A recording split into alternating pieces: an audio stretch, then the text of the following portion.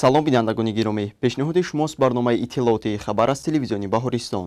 Имрӯз дар барнома дунёи рангини кӯдакон ҷамъомад дар муассисаи томактабӣ, таваҷҷӯҳ ба литсейҳои касбию техникӣ дар шаҳру ноҳияҳои мамлакат, сабқатҳои варзишӣ дар доираи рӯзи ҷавонон дар ҷумҳурии Тоҷикистон. шарҳи хабарҳо.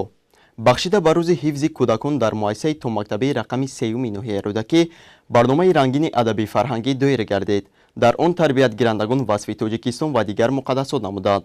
Мавлон Мирзоев мавзӯъро пурра мекунад. имрӯзҳо дар муассисаҳои таълимии томактабии шаҳру навоии мамлакат ба истиқболи рӯзи байналмилалии муҳофизати кӯдакон ки санаи 1 июн таҷлил мегардад, тадбиру чорабиниҳои мухталифи фарҳангӣ баргузор мегардад. аз ҷумла дар муассисаи томактабии рақами 3 ноҳияи рӯдакӣ ки бо номи парасту фаъолият дорад, бо иқдоми масъулин ва мураббиҳои он тадбири маърифати фарҳангӣ баргузор гардид. маҳфили мазкур таҳти унвони мо бачагони хушбахтем гузаронда шуда, дар он дустурякон бо барномаи ҷолиби омода кардашон иштирок намуданд. бояд қайд намуд ки аз рақсу шеъру сурудхонии кӯдакон маълум гардид ки насли наврас ҷашну маросимҳоро бесаброна интизор буда ба онҳо бо суруду тарона шеърҳои ватандӯстона ҳаматарафа тайёр мешаванд. аз номи барномаи пешниҳод намудаи дустурякон маълум гардид ки дар воқеъ кӯдакону наврасон дар ҷумҳурии мо насли хушбахту хуштоле мебошанд, зеро асосгузори сулҳу ваҳдати миллӣ пешвои миллат президенти ҷумҳурии Тоҷикистон муҳтарам Эмомалӣ Раҳмон кӯдакону наврасонро ояндаи давлату миллат меноманд. аз ҳамин лиҳоз дар кишвари соҳиби истиқлоли мо кӯдакону наврасон ҳамеша дар ҳифзу ҳимояи давлат қарор доранд, қайд гардид дар ин тадбири зебои хотирмон.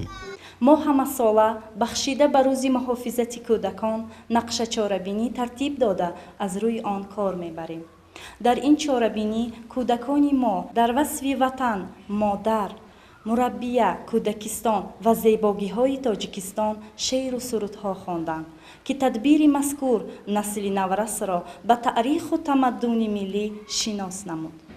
дар интиҳо рақси мавзуни миллии гулдухтарони ин муассисаи томактабӣ ба маҳфили рангин ҳусни хотима бахшида ба дили дустурякон якҷаҳон шодию фарҳ бахшид. литсеи тамоюли технологии шаҳри Бухтар дар тайёр намудани хонандагони болаёқат саҳми назаррас дошта, масъулини ин боргоҳи таълимӣ талош доранд ки барои боз ҳам беҳтар намудани сатҳу сифати таълим тадбирҳои заруре андешанд. идомаи матлаб дар таҳияи ҳамкорони минтақавии мо. литсеи касбии тамоюли техникии шаҳр ҳам аз зумраи он марказҳоест ки дар тайёр намудани кадрҳои ихтисосманд саҳм дорад. дар ин даргоҳ 467 хонанда таҳсил намуда, ба онҳо 27 омӯзгор аз фанҳои гуногун дарс мегӯянд. шумораи духтарон бошад ба 137 адад мерасад. дар баробари одамону касбу кори гуногун хонандагони муассисаҳо ҳам ба худ либосу махсус доранд ки онҳоро аз рӯи он мешиносанд. зеро либос чӣ гунагӣ касро муайян карда ба чӣ кор машғул будани ӯро мефаҳмонад. чуне аён гашт дар муассисаи мазкур вазъият хуб ба назар мерасаду хонандагон ба либоси ягонаи мактабӣ вориди таълимгоҳ мешаванд. омӯзгор ҳам ба худ либоси ягона дошта ҳангоми дарс гуфтан ба шогирдон дар миёни эшон фарқкунанда ҳаст. хонандагони литсей фаъолияти худро дар ҳама чорабину ҷамъомадагон нишон дода ба ин восита кӯшиш месозад ки нафарони ихтисосманд тарбия ёбанд. кӯшиши омӯзгорон ва масъулон ҳам баҳри он равона карда шудааст ки шогирдони онҳо ҳам аз ҷиҳати савод ва ҳам аз ҷиҳати тарбия пешсаф гарданд. дар ин ҷо барои омӯхтани технологияи муосир шароити хуб фароҳам оварда шудааст ки 25 адад компютер дар ҳолати хуби корӣ қарор дошта, шогирдон дар вақти дарсҳои амалӣ аз онҳо истифода мекунанд. дар назди литсей барои корҳои ободонӣ аҳамияти ҷиддӣ дода, барои дар вақтҳои холигӣ нишастан ба китобҳо машғул шудан ба хонандагон шароит муҳайёст. гулҳои рангоранги зебо ва ороиш ба гирду атрофи литсей ҳусни дигар замъ мекунад ва як гӯшаи ватани азизро ба гулистон табдил медиҳад.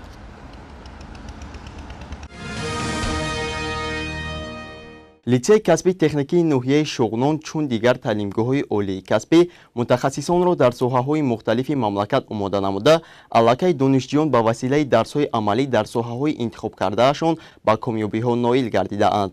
шарҳи бештари мавзӯъ дар сӯжаи навбатӣ.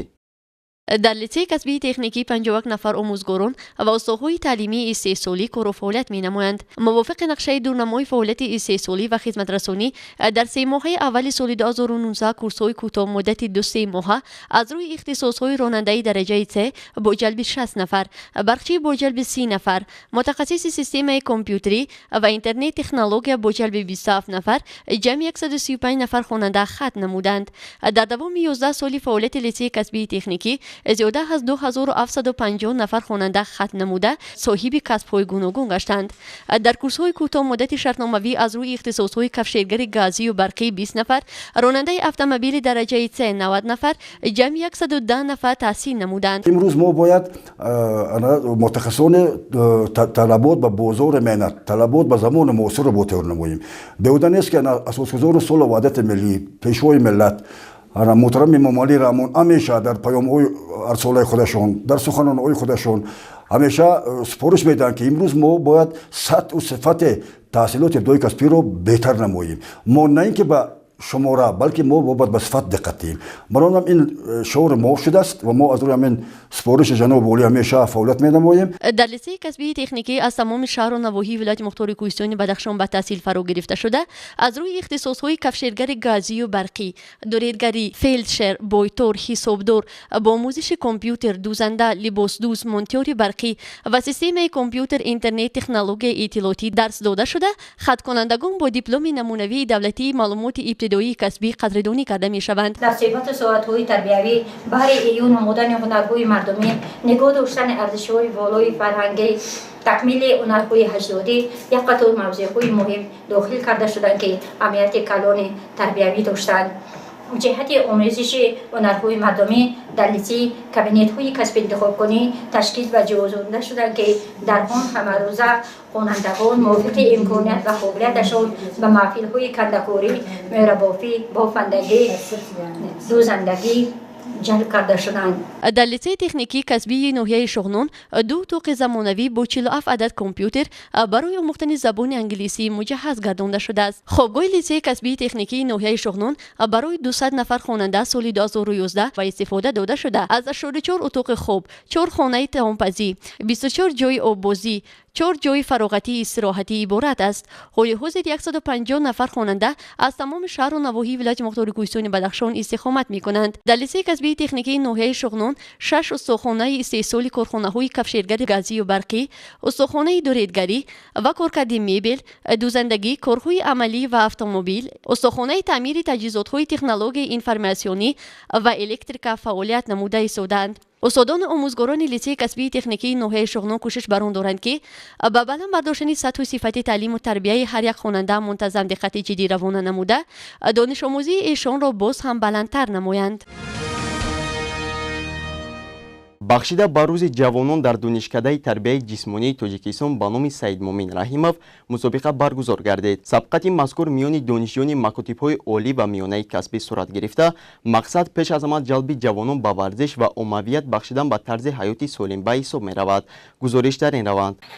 бо ибтикори хадамоти пешгирии ҳуқуқвайронкунӣ байни нобулиғон ва ҷавонони вазорати корҳои дохилии ҷумҳурии тоҷикистон дар ҳамбастагӣ бо вазорати маориф ва илм ва ҳизби халқии демократии тоҷикистон бахшида ба рӯзи ҷавонон миёни донишҷӯён сабқати варзишӣ роҳандозӣ карда шуд. ин мусобиқа таҳти унвони ҷавонон зидди нашъамандӣ дар донишкадаи тарбияи ҷисмонӣ ба номи саидмомин раҳимов сурат гирифт. дар он донишҷӯён аз мактабҳои олӣ ва миёнаи касбии шаҳри душанбе ширкат варзиданд.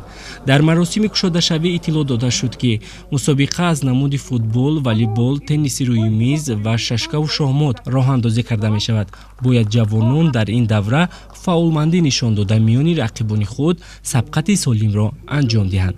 бояд гуфт ки мақсад аз ташкили чунин мусобиқа дар доираи рӯзи ҷавонон ҷалби васеъи донишҷӯён ба тарзи ҳаёти солим ва пойдор нигоҳ доштани риштаи дӯстӣ миёни онҳо дониста мешавад. тибқи иттилоъ ин сабқати варзишӣ таи 4 рӯз идома карда дастаҳои иштирокчӣ кӯшиш мекунанд ки дар давраҳои муайян бозиро ба нафъи дастаи худ анҷом диҳанд. дар шаҳри бӯстони вилояти суғд бахшида ба рӯзи ҷавонон мусобиқаи шаҳрӣ аз намуди футбол миёни наврасон роҳандозӣ гардид. дар сабқати мазкур наврасон фаъолона иштирок намуда маҳорати футболбозии худро нишон доданд. сӯҷаи омода гардида мавзӯъро пурра мекунад. бахшида ба рӯзи ҷавонони тоҷикистон дар шаҳри бӯстон мусобиқаи шаҳрии оид ба футболи хурд баргузор шуд. дар ин мусобиқа ки бо ташаббуси бахши кор бо ҷавонон ва варзиши шаҳри Бӯстон дар якҷоягӣ бо шуъбаи маорифи ин шаҳр бо мақсади ҷалби ҷавонону наврасон ба варзиш роҳандозӣ шуд. 8 даста аз ҳамаи муассисаҳои таҳсилоти миёнаи умумии шаҳри Бӯстон иштирок намуда таи 3 рӯз байни ҳам сабқат карданд. баргузории мусобиқа нишон дод ки ҷавонону наврасони муассисаҳои таҳсилоти миёнаи умумӣ ба варзиш махсусан ба намуди футбол шавқу ҳаваси зиёд доранд. ғолибони ҷоизадорони ин чорабинии варзишӣ бо ҷом, медали ифтихорнома ва тӯҳфаҳои хотиравии бахши кор бо ҷавонон ва варзиши шаҳри Бӯстон қадрдонӣ карда шуданд. масъулин иброз намуданд ки минбаъд чорабиниҳоро дар сатҳи баланди ташкилӣ роҳандозӣ хоҳанд кард.